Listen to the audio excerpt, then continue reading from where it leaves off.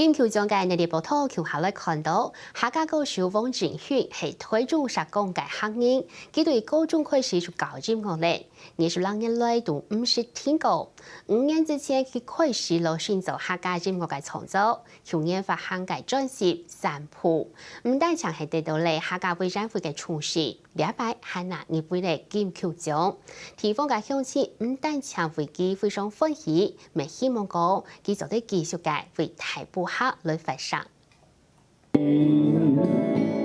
比到喺推廣客家音樂，歌手王振宇同其他好音樂人啲董事客家文化園區成立嘅阿比巴音樂工廠，見了人出開廠，向一檔人下擂談。可能有當到人好奇，因為會學到阿比巴，其實阿比巴係條派董事一啲小妹爺爺愛好，咪係董事人共有嘅回憶。你要講哦太巧難，你個阿比伯呢？嚇，佢係一個細妹人嚇，私信呢，佢係一個以了現代來講，是像講的時罕而嗰種嘅情形啊嚇。阿比伯是講本安的東西人，真懷念嘅。因為我做咧客家歌，尤其係太不講嘅客家歌，我尋。伊說人事物啦，地方文化嘅較代表嘅東西，結果問按多人來講，都未將啲講，干那了解名最最符合嘅呢，像地方上嘅一個人文嘅個特色，因為阿比伯嘅概念是按所帶東西一個100年來最有知名的一個女士啦。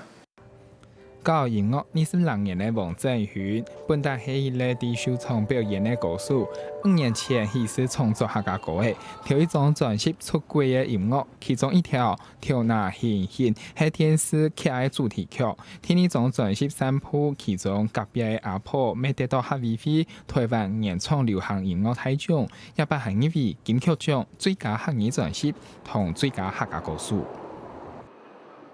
因為東西太複雜。也幾年來，我感覺上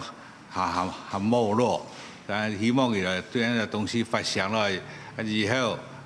讓呢個東西嘅各個嘅學校學生，係咪啦？係來教唱。近邊年嘅安尼創作歌曲吼，做啊對因嘅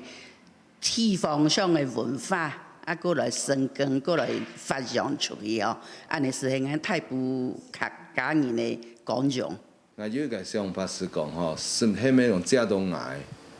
來引起大家對因個母語嘅音樂嘅注重年較少年嘅一輩較多年來做因個太舞音樂，做得為因個客話安尼傳唱落去。王振宇表示，會創作一條好嘅客家歌嘅，數碼按改嘅，還會強調係太普強國較難。唔過佢有責任為地方鄉親來發聲，故所無論有得獎麼，佢還會繼續來創作太普客家歌嘅。